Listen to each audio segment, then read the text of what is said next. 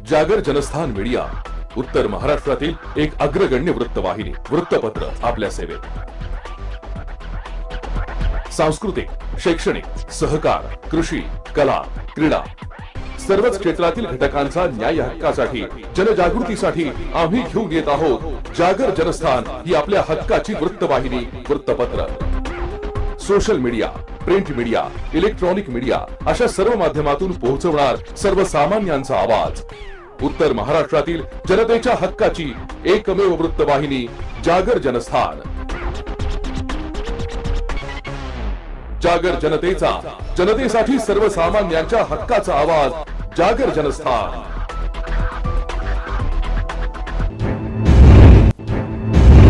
नमस्कार, मी शुभम मुडके पाटील. जागर जनस्थान मध्ये आपल्या सर्वांचं स्वागत. आज दिवसभरातील बातम्यांचा घेऊया सविस्तर आढावा. सर्वसामान्यांच्या हक्काचा आवाज, जागर जनस्थान.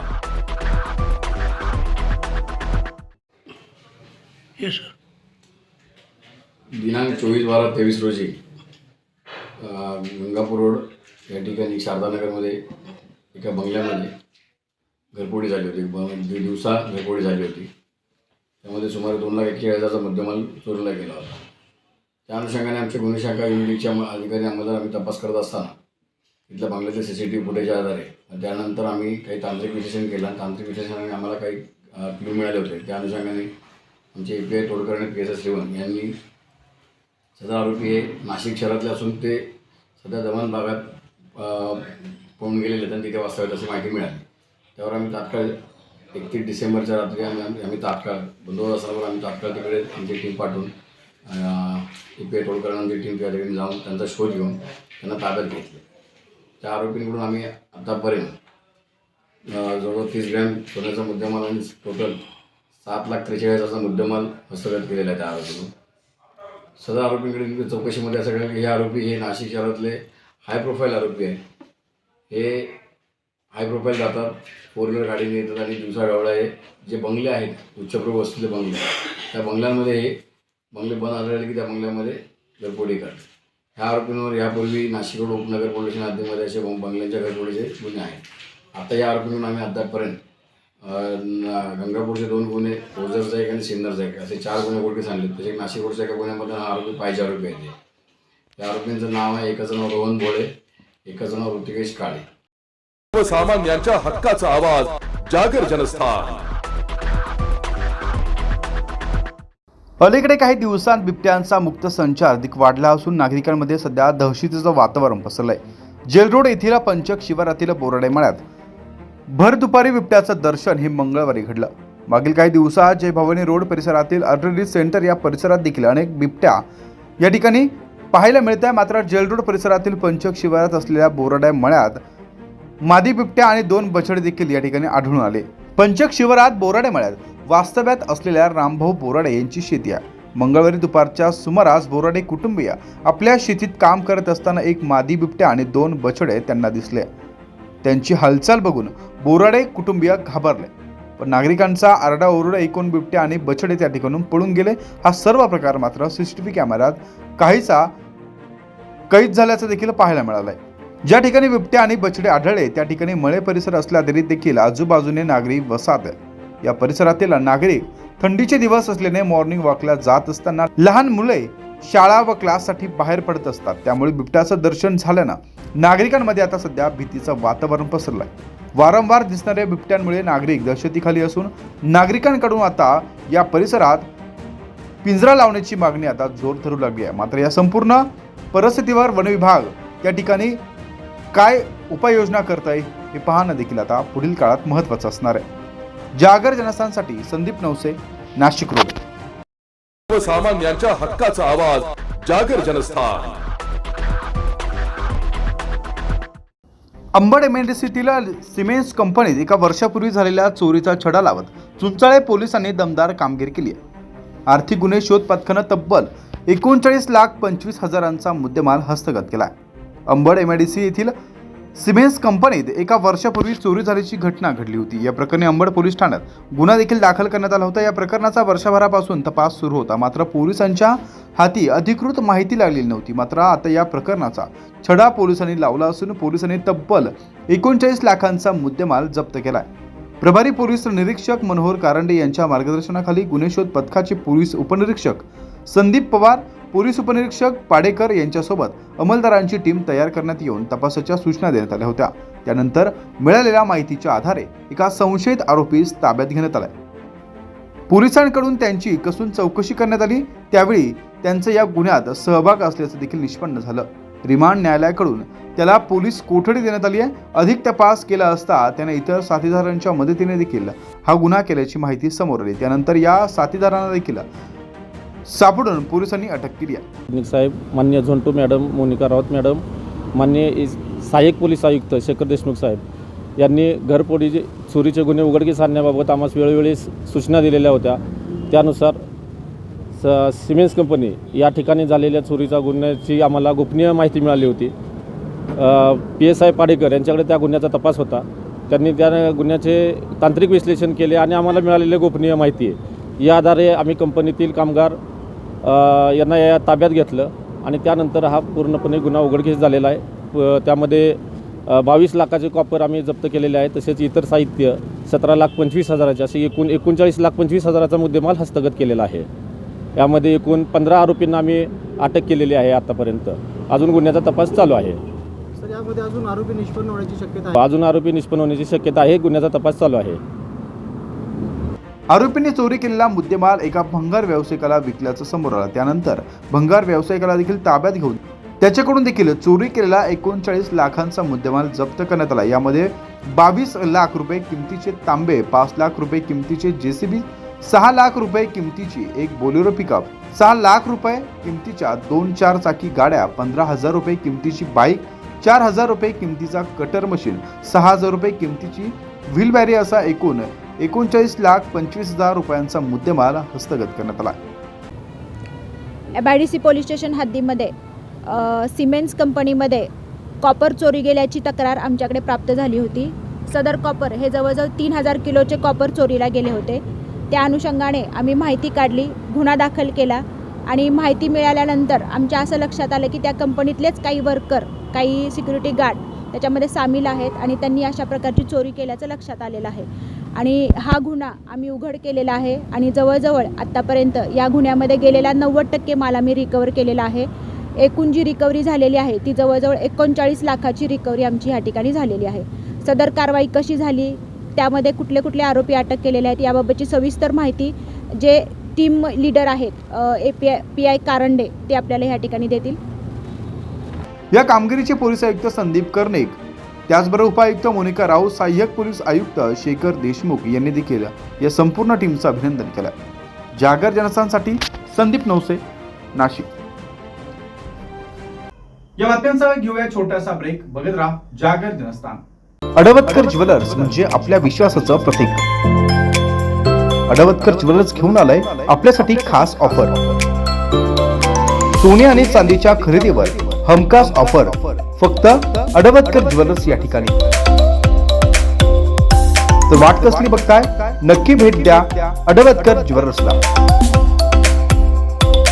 आमचा पत्ता अडवतकर ज्वेलर्स, अगोरा कमर्शियल कॉम्प्लेक्स कॉर्नर, नाशिक 2. अधिक माहितीसाठी संपर्क क्रमांक 0253 25 78 544. आमचा मोबाईल नंबर 9225 12 0344. तर बघताय काय, नक्की अवश्य एकदा भेट द्या फक्त आपल्या अडवतकर ज्वेलर्सला. अडवतकर ज्वेलर्स म्हणजे आपल्या विश्वासाचं प्रतीक. ब्रेक नंतर आपल्या सर्वांचं पुन्हा एकदा स्वागत. वळूया पुढील बातम्यांकडे. सर्वसामान्यांच्या हक्काचा आवाज, जागर जनस्थान. टँकर चालकांनी पुकारलेला संप अखेर मागे घेतल्यानंतर मनमाड पाणेवाडी भागातील Bharat petroleum, Indian oil, Hindustan petroleum या 3 कंपन्यांच्या प्रकल्पातून राज्यभरातील पंपांवर वेगाने इंधन पुरवठा केला जातोय. BPCL मधून आतापर्यंत 10 जिल्ह्यात सुमारे 100 टँकरच्या माध्यमातून 13,90,000 लिटर इंधन पुरवठा करण्यात आल्याची माहिती सूत्रांच्या माध्यमातून दिली जाते. IOC आणि HPCL या प्रकल्पातून देखील जवळपास तितकाच इंधन पुरवठा करण्यात आला आहे. संप मिटताच 3ही ऑइल कंपन्यांकडून सुमारे 45 लाख लिटरपेक्षा जास्त इंधन राज्यातील वेगवेगळ्या भागातील पंपांवर पुरवठा करण्यात येतोय। त्यामुळे ज्या ज्या भागात इंधन टंचाई निर्माण झाली होती त्या ठिकाणी हळूहळू ही इंधन टंचाई दूर होऊ लागली आहे। त्यामुळे आता वाहनधारकांना देखील मोठ्या प्रमाणात दिलासा मिळणार आहे। चालकांनी संप मागे घेतल्यानंतर मनमाड पाणेवाडीच्या परिसरातील Bharat petroleum, Indian oil, Hindustan petroleum कंपनीच्या प्रकल्पातून राज्यभरातील पंपांवर वेगाने केला जाणारा इंधन पुरवठा हा BPCL मधून आतापर्यंत 10 जिल्ह्यात 100 टँकरच्या माध्यमातून 13,90,000 लिटर करण्यात आलाय। मात्र आता BPCL मधून या जिल्ह्यात करण्यात आलेला इंधन पुरवठा बघूया आपण ग्राफिकच्या माध्यमातून। नगरमध्ये 90,000 लिटर आहे, त्याचबरोबर छत्रपती संभाजीनगर या ठिकाणी देखील 144,000 लिटर, बुलढाण्यामध्ये 12,000 litre, Nandurbar 126,000 litre, Dhule 280,000 litre, Jalgaon 204,000 litre, Jalna 128,000 litre, Nashik 1,000 litre, Parbhani 80,000 litre, Pune 20,000 litre, एकूण 13,90,000 लिटर इतका इंधन पुरवठा आता BPCL मधून विविध जिल्ह्यांमध्ये इंधन पुरवठा सुरू आहे। मात्र अनेक दिवसांपासून हा संप सुरू असल्यामुळे मोठ्या प्रमाणात वाहनधारकांची देखील तारांबळ उडत असल्याचं पाहायला मिळत होतं।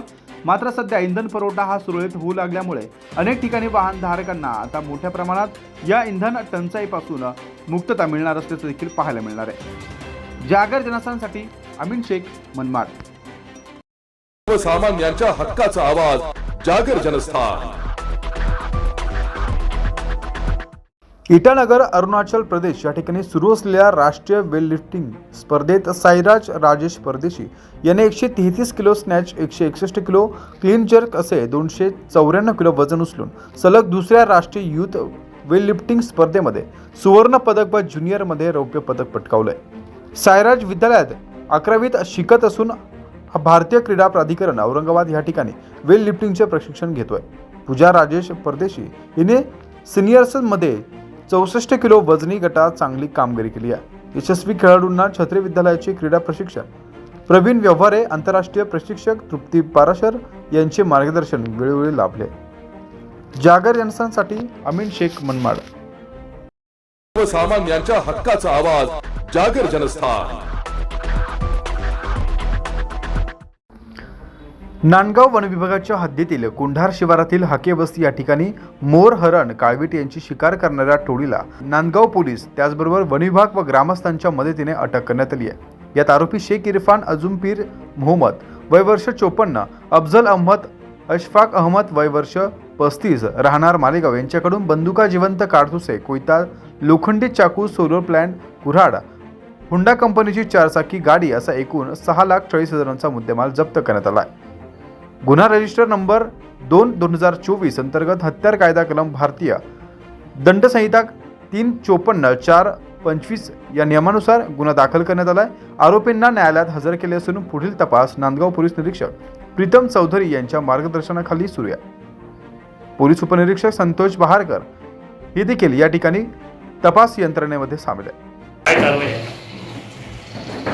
दिनांक 2/1/2024 रोजी नांदगाव पोलीस स्टेशनला एक माहिती मिळाली होती का एक संशयित CRV कार ही हातीमध्ये फिरत आहे। त्या गोपनीय माहितीच्या आधारे नांदगाव पोलीस स्टेशनचे पोलीस निरीक्षक प्रीतम चौधरी आणि त्यांच्या टीमने त्या कारचा पाठलाग केला आणि त्या गाडीला कोंढार गावच्या शिवारात पोलीस, फॉरेस्टचे कर्मचारी आणि ग्रामस्थांची मदतीने त्या ठिकाणी त्या गाडीला पाठलाग करून अडवलं। तर त्या गाडीमध्ये त्यांना त्या गाडीची झडती घेतली असता काही संशयित हत्यारे त्या ठिकाणी त्या गाडीमध्ये मिळाली आणि त्या अनुषंगाने त्या हत्याराचे कुठल्या प्रकारचं लायसन्स त्या गाडीतल्या जे लोक आहेत त्यांना दाखवता आलं नसल्याने त्या गाडीतले जे 3 लोक होते, शेख इरफान, अफजल अहमद अशफाक अहमद आणि अन्सारी मोहम्मद सलीम इश्तियाक ह्या लोकांवर आर्म्स ॲक्ट प्रमाणे त्या ठिकाणी गुन्हा दाखल करण्यात आलेला आहे आणि आता पुढील कारवाई त्या अनुषंगाने चालू आहे। सर, ते हत्यारं कुठल्या उद्देशाने इथं आणलेले? त्या अनुषंगानेच आता पुढचा तपास, अधिक तपास चालू आहे. कोंढार शिवारातील हाके वस्ती या ठिकाणी मोर, हरण आणि काळविटांची शिकार मोठ्या प्रमाणात होत होती. याची माहिती देखील पोलिसांसह वन विभागाला देण्यात आली होती. मात्र या संपूर्ण माहितीची जोड घालून अखेर या शिकार करणाऱ्या टोळीला ताब्यात घेण्यात पोलिसांना यश आलंय. जागर जनस्थानसाठी अमीन शेख, मनमाड. सर्वसामान्यांच्या हक्काचा आवाज, जागर जनस्थान. नाशिक जिल्ह्यात शासकीय रुग्णालयात खोटा जातीचा दाखला देऊन शासकीय सेवेत काम करणाऱ्यांवर तात्काळ कारवाई करावी आणि पुढील काळात त्यांच्यावर गुन्हा दाखल करावा या मागणीसाठी मागील 1 वर्षांपासून प्रहार जनशक्ती पक्षाच्या माध्यमातून जिल्हा रुग्णालय प्रशासनाला निवेदन देण्यात आलं होतं. मात्र या निवेदनाची कुठलीही दखल न घेतल्यानं आज जिल्हाप्रमुख अनिल भडांगे यांच्या पुढाकारानं शासकीय रुग्णालयाच्या बाहेर आंदोलन करण्यात आलंय. या संदर्भात अनिल भडांगे यांनी माध्यमांसमोर या संपूर्ण घटनेची माहिती दिली आहे.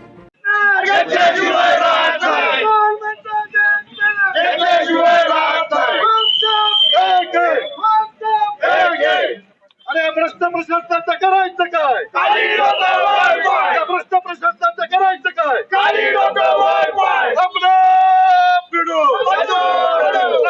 जनशक्ती पक्षाचं, अपंग क्रांती संघटनेचं.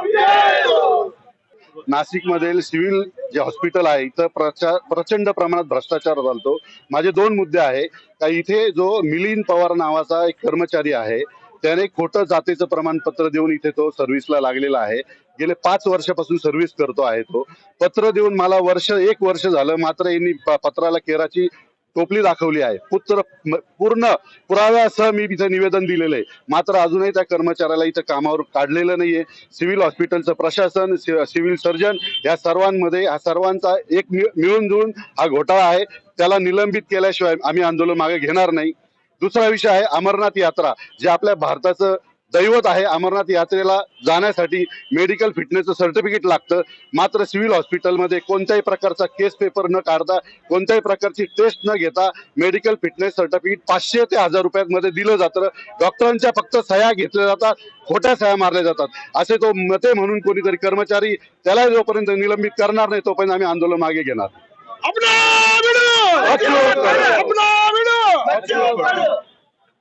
जिल्हा रुग्णालयामध्ये बनावट जात प्रमाणपत्राच्या आधारे नोकरी मिळवून शासनाची फसवणूक करणाऱ्या दोन्ही अधिकाऱ्यांवर व कर्मचाऱ्यांवर तात्काळ कारवाई करावी आणि त्यांना बडतर्फ करावे अशी मागणी आता प्रहार संघटनेच्या माध्यमातून केली जाते.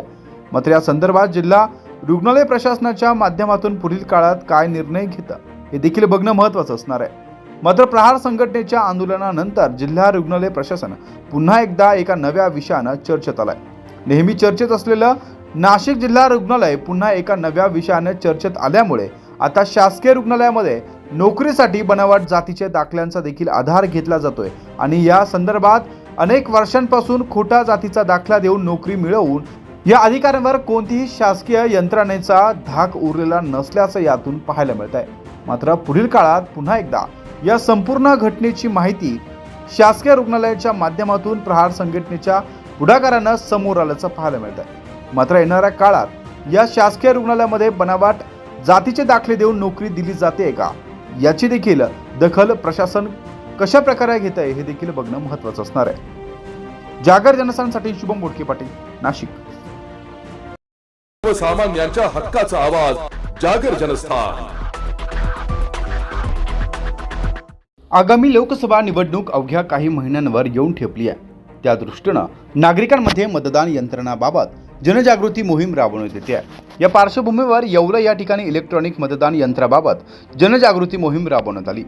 आगामी लोकसभा निवडणुकीचे वारे देशभरात व्हायला लागले आहे. त्या दृष्टीनं मतदान यंत्राविषयी मतदारांच्या शंका निरसन करण्यासाठी राज्य निवडणूक आयोगाच्या माध्यमातून 27 डिसेंबर ते 25 जानेवारी या कालावधीत व्हीव्हीपॅट व मतदान यंत्राबाबत जनजागृती मोहीम राबवण्यात येते आहे. येवल्यात मतदारांमध्ये जनजागृती व्हावी, व्हीव्हीपॅट व मतदान यंत्र कसं काम करतं याची माहिती नागरिकांना व्हावी यासाठी प्रात्यक्षिक मतदान केंद्र या ठिकाणी ही मोहीम राबवण्यात आली. त्यामध्ये मतदान यंत्र कसं काम करतं, एखाद्या पक्षाला मत दिल्यानंतर मतदार त्याची खात्री कशी करू शकता, हे मतदान यंत्राच्या बाजूला ठेवलेल्या व्हीव्हीपॅट म्हणजेच वोटर व्हेरीफाईड पेपर ऑडिट या मशीनविषयी माहिती देण्यात आली. या मोहिमेला नागरिकांकडून देखील उत्स्फूर्त असा प्रतिसाद मिळत असून अनेकांनी भारत निवडणूक आयोगाच्या या निर्णयाचं स्वागत देखील केलंय. नागरिकांनी आपल्या देखील शैलीत या संदर्भात मत व्यक्त केलंय. बद्दल काय वाटतं? तर ओके आज बर आज दिसेल आम्हाला डेमो मध्ये व्यवस्थित दिसतं, पण मतदान झाल्यानंतर बदल नाही झाला पाहिजे, डेमोच ते झालं पाहिजे. आलं का लक्षात? नाही तर आम्ही दाबायचं एक आणि ते दुसऱ्यालाच पडायचं, असं नाही झालं पाहिजे. आम्हाला घडलं आम्ही एकाला मतदान करतो दुसऱ्याच चिठ्ठ्या पडत नाही, ते असं नाही व्हायला पाहिजे. यस. विरोधकांकडून अनेक वेळा मतदान यंत्रांबाबत शंका उपस्थित केली जाते. त्यामुळे भारत निवडणूक आयोगानं मतदारांचे नागरिकांचे शंका निरसन करण्यासाठी व नागरिकांमध्ये मतदान यंत्र व व्हीव्हीपॅट यंत्र याबाबत जनजागृती व्हावी यासाठी ही मोहीम राबवली जाते. त्याच पार्श्वभूमीवर येवला येथील प्रात्यक्षिक मतदान केंद्र या ठिकाणी प्राजक्ता गायकवाड रमेश लवडे यांनी नागरिकांना अधिक माहिती दिली आहे. व्हीव्हीपॅट आहे ना, तर याच्यामध्ये voter verified paper audit trial असं त्याचं फुल फॉर्म. तर पेपर ऑडिट ट्रायल म्हणजे काय की तुम्ही ज्याला मतदान कराल त्याची चिठ्ठी इथे पडणार आहे आणि त्या चिठ्ठ्या इथे पूर्ण जमा होतात. आणि समजा एखाद्या उमेदवाराने जर ऑब्जेक्शन घेतलं तर ह्या चिठ्ठ्या मोजता येऊ शकतात. या चिठ्ठ्या मोजल्यानंतर ह्या चिठ्ठ्या आणि हे जे कंट्रोल युनिट आहे याच्यामध्ये इलेक्ट्रॉनिकली झालेलं मतदान आहे ते टॅली होऊ शकतं. आपलं नाव? मी प्राजक्ता गायकवाड. सध्या मतदानाच्या या मशीनची माहिती देण्यासंबंधी EDC सेंटरला माझी नेमणूक केलेली आहे. मी गव्हर्नमेंट येवला ITI आहे. निवडणूक आयोगानं ही मोहीम राबवल्यानं मतदान यंत्रणेवर घेतली जाणारी शंका दूर होईल का हे देखील पाहणं आता पुढील काळात महत्त्वाचं ठरणार आहे. जागर जनस्थानसाठी सचिन वखारे, येवला. सर्वसामान्यांच्या हक्काचा आवाज, जागर जनस्थान.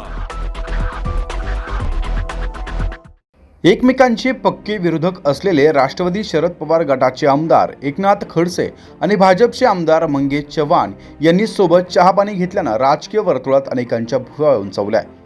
केंद्रीय सामाजिक न्याय राज्यमंत्री रामदास आठवले हे पिंपळनेर येथील दौऱ्यावर असताना काही काळ चाळीसगाव येथे ते थांबले होते. त्या दरम्यान चाळीसगाव मतदारसंघाचे भाजपचे आमदार मंगेश चव्हाण यांनी त्यांची सदिच्छा भेट घेतली. यावेळी राष्ट्रवादीचे नेते एकनाथ खडसे हेही त्या ठिकाणी आले होते. त्यामुळे राजकीय विरोधक असलेले आमदार मंगेश चव्हाण व आमदार एकनाथ खडसे यांची भेट होऊन चर्चा देखील रंगल्या. केंद्रीय सामाजिक न्याय मंत्री रामदास आठवले यांनी विविध सामाजिक राजकीय विषयांवर मार्गदर्शन केलं. यावेळी एरवी एकमेकांवर टीका करणारे आमदार एकनाथ खडसे आणि आमदार मंगेश चव्हाण यांच्यात चांगल्याच गप्पा रंगल्याचं देखील पाहायला मिळालं. त्यामुळे कार्यकर्त्यांमध्ये मात्र विविध चर्चांना आता उधाण आल्याचं देखील दिसून येत आहे. जागर जनस्थानसाठी सुजलाल हडपे, चाळीसगाव. या बातम्यांचा घेऊया छोटासा ब्रेक. बघत राहा जागर जनस्थान. अडवतकर ज्वेलर्स म्हणजे आपल्या विश्वासाचं प्रतीक. अडवतकर ज्वेलर्स घेऊन आलंय आपल्यासाठी खास ऑफर.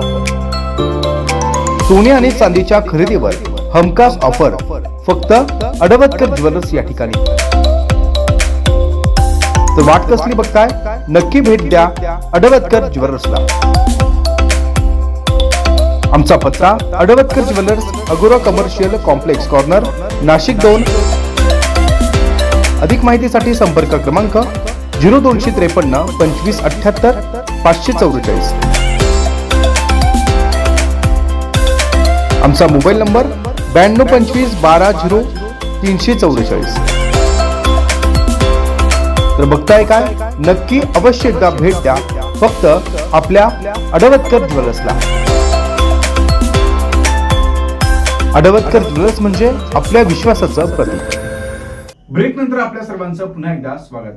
वळूया पुढील बातम्यांकडे. सर्वसामान्यांच्या हक्काचा आवाज, जागर जनस्थान. पाटील साहेब, व्यासपीठावरील सर्वच मान्यवर आणि जमलेल्या माझ्या थोड्याशा बांधवांनो आणि प्रचंड साऱ्या भगिनीनो, मी आज तुमच्या समोर तुमच्या सोबत नेता म्हणून नाही, तुमचा भाऊ म्हणून आलेलो आहे.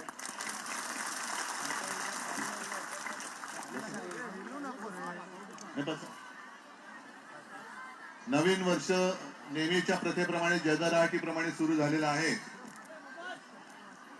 विशेष म्हणजे आज क्रांतीज्योती सावित्रीबाईंची जयंती आणि त्या निमित्ताने पाटील साहेब तुम्ही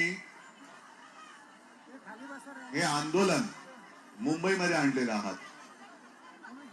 हल्ली क्रांती ज्योती, क्रांती सूर्य, महात्मा अशी बिरुद लावू शकू अशी माणसंच राहिलेली नाहीये. आणि तुम्ही पाटील साहेब उल्लेख केला की सावित्रीच्या लेकी, जरूर तुम्ही सर्व सावित्रीच्या लेकी आहातच, पण ज्या सावित्रीबाईंचा उल्लेख आपण क्रांती ज्योती करतो त्यांच्या ज्योती तुमच्यामध्ये तेवतात की नाही हा महत्वाचा प्रश्न आहे. आणि या ज्योती एक शांतपणा पण असतो, मंदपणाने तेवणारे ज्योती असतात, पण असंख्य ज्योती जेव्हा एकत्र येतात तेव्हा त्याची मशाल पेटते आणि ती पेटलेली मशाल कोणाची सत्ता असो जाळून खाक करू शकते. आणि मग अशी पाटील साहेब तुम्ही विचारत होता तर तुमच्याकडनं त्यांना प्रतिसाद पाहिजे, टाळ्या जोरात पाहिजेत, आवाज जोरात पाहिजे. अजून येत नाही. जरा एकदा 2 हाताचा टाळ्या तर वाजून दाखवा.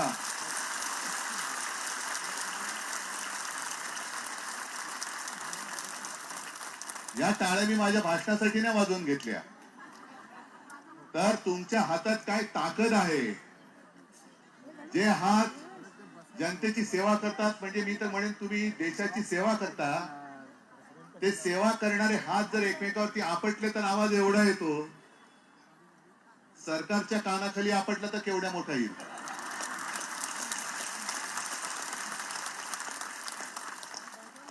एका गोष्टीचं मला नक्कीच एक नाही म्हटलं तरी खेद आहे, जरूर आहे. कारण मधल्या काळामध्ये मी मुख्यमंत्री होतो. काल पाटील साहेब आले, रानडे साहेब आले, त्यांनी मला आजचं आमंत्रण दिलं आणि मी त्यांना प्रश्न केला, मी काय म्हणून येऊ तुमच्याकडे, मी मुख्यमंत्री होतो ना, पण मुख्यमंत्री असताना मी काही करू शकलो नाही. मग त्यांनी मला सांगितलं की उद्धवजी तुमच्या बाबत हा प्रश्न आमच्या कोणाच्याही मनात नाही, कारण तुम्ही ज्या काळात मुख्यमंत्री होता त्या काळात पूर्ण जग कोरोनाच्या संकटाचा सामना करत होता. आणि हा सामना माझं नाव पहिल्या 5 मुख्यमंत्र्यात येत होतं. हे माझं नाव नव्हतं, हे तुमचं सगळ्यांचं नाव होतं. कारण मेहनत तुम्ही करत होता. घराघरामध्ये जाऊन कोरोनाचा रुग्ण शोधणं, त्याला औषध पाणी देणं, त्याची हवाली पुसणं, हे सगळं तुम्ही करत होता.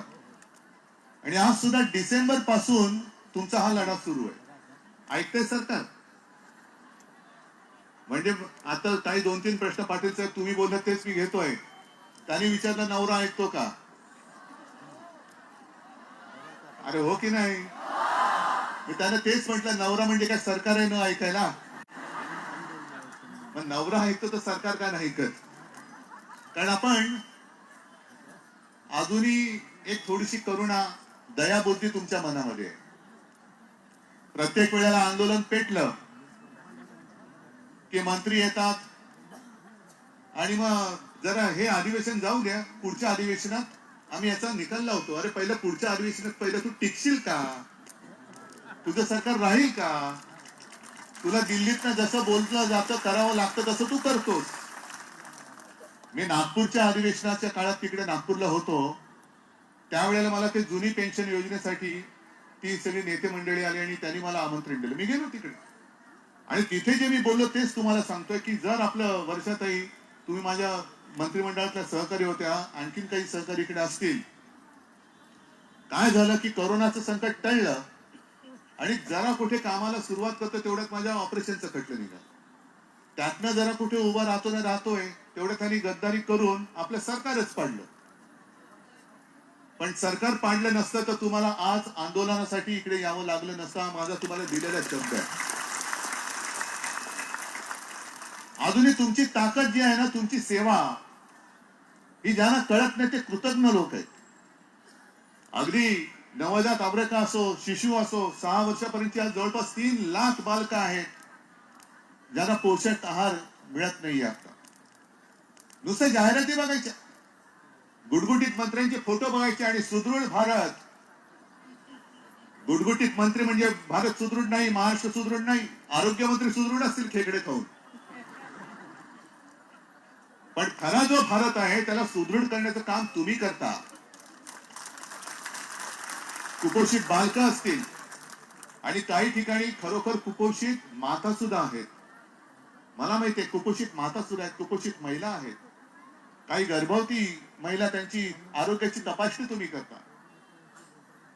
अगदी ज्याला धनुर्वातीची लस असेल, इतर काही लस असेल, कशाला? ग्रामीण भागामध्ये आयुष्याचा पहिला श्री गणेश सुद्धा तुमच्या अंगणवाडीच्या शाळेमध्ये होतो ना. मग ही सगळी पिढी म्हणजे भारत घडवणारी जी खरी शक्ती आहे, ही ताकद ही तुम्ही आहात. आणि तुम्हाला द्यायला पैसे नाहीत. यांच्याकडे जाहिरातीवरती उधळायला पैसे आहेत. या सरकारला काय सरकार म्हणतात? अरे जरा मोठ्याने बोला ना. खोके सरकार. मला सरकार आणण्यासाठी खोके आहेत, पण माझ्या अंगणवाडी आणि आशाताईंच्या मेहनतीला त्यांच्या हक्काचे पैसे द्यायला, मानधन द्यायला पैसे नाहीत. हे सरकार तुमचं आहे. मी माझी जाहिरातबाजी करायला आलो नाही. आता तुम्ही पाटील साहेब जे म्हणालात की यावेळेला भाजपला मत द्यायचं नाही, हा तुम्हाला योग्य वाटत असेल तर जरूर द्या, जरूर द्या. आता 22 जानेवारीला राम मंदिराचं लोकार्पण होते. मग तुम्ही काय राम भक्त नाही आहात की नाही? मग तुम्ही म्हणजे मध्य प्रदेशमध्ये निवडणुका जिंकले भाजपा, सगळ्यांचा असा होरा होता की मध्य प्रदेश सुद्धा भाजपा हरणार. पण जिंकले. जिंकल्यानंतर त्यांनाच कळेना कसं जिंकलो. काही म्हणतात ईव्हीएम वरती जिंकले. पण जी कारण मीमांसा झाली त्याच्यात एक कारण आलं की लाडली बहिणा ही काही एक योजना तिथल्या जनतेच्या त्या महिलांसाठी तिथल्या सरकारने राबवली. मग माझ्या या सगळ्या भगिनी आहेत त्या काय लाडल्या आहेत की नाही? आहेत की नाही? या राम भक्त आहेत की नाही? या हिंदू आहेत की नाही? हिंदू असतील, मुसलमान असतील, काही असतील.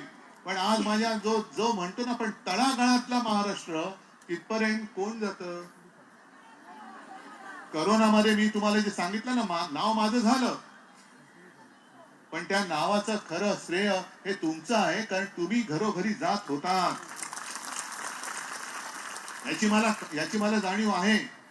आणि म्हणून मी फार काही करू शकलो नसलो तरी देखील तुम्ही आता म्हणालात, मी विसरून पण गेलो होतो की न थांबता तुमचं मानधन वेळेवर मिळालंच पाहिजे. हा आपल्या वर्षातही मंत्रिमंडळातला एक निर्णय होता. आणि जर सरकार गेलं नसतं तर मी तुम्हाला सांगतो की तुमची जे काय प्रश्न आहेत, ग्रॅच्युइटी असेल, आता तुम्ही विचारलं की वृद्धापकाळी खायचं काय, जगायचं कसं. अरे जिथे लहान मुलांचा श्री गणेशात पहिले गिरवणारे तुम्हाला तुमच्या वृद्धापकाळाची चिंता व्यक्त करावी लागते. मग कोणाचं सरकार आहे, कोणासाठी चाललेलं आहे आणि कोणतं सरकार आपण आपल्या बोडक्यावरती बसवतोय, हा सुद्धा एक विचार तुम्ही केवळ तुमच्या घरात नाही, आजूबाजूच्या घरात सुद्धा तुम्हाला द्यायला पाहिजे. आजूबाजूच्या घरात द्यायला पाहिजे. तुम्ही लढ्याला उतरलेला आहात. आणखी काही दिवसांनी आशा वर्कर्स, आशा ताई त्या सुद्धा येणार आहेत तुमच्या सोबत. गावागावात मी सर्व माझ्या शिवसेनेच्या पदाधिकाऱ्यांना आज सांगतोय चॅनलच्या माध्यमातून की या सर्व आपल्या ज्या काही माता भगिनी आहेत त्यांच्या सोबत पाठी नाही, यांच्या सोबत लढ्यामध्ये उतरा आणि यांच्या न्याय हक्क मिळून देईपर्यंत शांत बसू नका. हेच वर्ष आहे. नवीन वर्षाच्या शुभेच्छा द्यायच्यात ना. एक प्रथा पडलेली आहे, हॅपी न्यू इयर. मग काही हॅपी दत्त जयंती, हॅपी कोजागिरी पौर्णिमा, हॅपी हे हॅपी ते, काय हॅपीनेस आहे कुठे? गेल्या डिसेंबर मध्ये जो लढा सुरू झाला, नवीन वर्ष उजाडलं, 30रा दिवस संपला, तरी सुद्धा तोच विषय जर डिसेंबर पासून आज आणि त्याच्या आधीपासून चालत येणार असेल तर नुसत्या नववर्षाच्या कोरड्या शुभेच्छा देऊन काय उपयोग होणार आहे? नवीन वर्षाच्या नुसत्या शुभेच्छा नकोय, मला नवीन वर्षाचा निश्चय पाहिजे. निश्चय, माझं भवितव्य मी घडवणार, माझं सरकार मी निवडणार. अगदी होऊ दे तिकडे राम मंदिराचं लोकार्पण. राम मंदिर ही कोणाच्या पक्षाची खासगी प्रॉपर्टी नाहीये, ती आपल्या सगळ्यांची आहे. त्या विषयावरती मी आता आपल्यासमोर बोलणार नाही, बोलण्यासारखं खूप आहे. पण मला आता इथे राजकारण आणायचं नाही किंवा धर्मकारण आणायचं नाहीये. पण तुमची सेवा करून घेऊन सुद्धा अगदी तुम्हाला लक्षात असेल, तेव्हा आम्ही युतीमध्ये होतो, देवेंद्र फडणवीस मुख्यमंत्री होते आणि तुम्हाला ते मेसमान काय कोणता लावणार होते काय नाही. आणि मी सांगितलं होतं याद राखा, एका जरी माझ्या भगिनीला केसाला धक्का लागला तरी मी सरकार पाडून टाकेन. आताच जे काही 3 बागडं सरकार जुळलेलं आहे तंगड शेकडा बारा शेकडा तरी सरळ जाईल करायची, पण हे सरकार नाही सरळ जाणार. हे सरकार असं बिघाडी सरकार जे म्हणतो ना, आम्हाला म्हणत होते, आता त्यांचं सगळं बिघडलं. फक्त स्वतःचे फोटो छापतायत.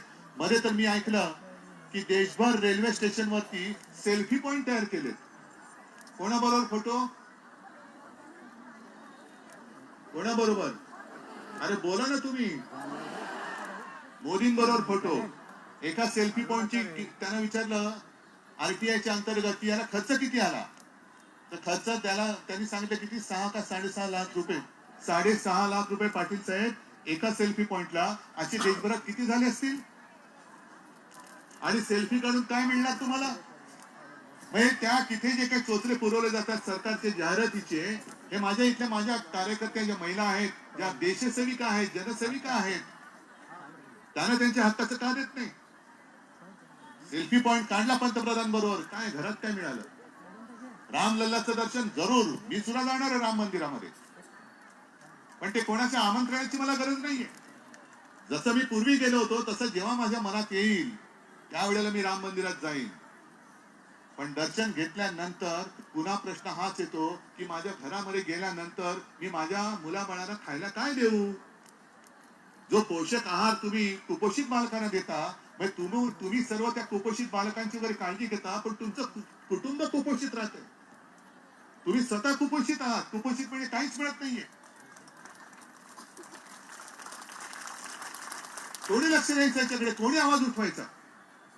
आणि आता निमूटपणाने काम करणं सोडून द्या. तुम्ही भीक मागत नाही आहात, तुम्ही तुमच्या हक्काचं मागता आहात. आणि तुम्ही, मी परत एकदा सांगतो, नुसतं तुमची नोकरी करत नाही आहात, तर जी मोठी मोठी स्वप्न राज्यकर्ते दाखवतात, सुदृढ देश, सुदृढ महाराष्ट्र, काय बळकट हे बळकट ते बळकटीकरण तुम्ही करता आहात.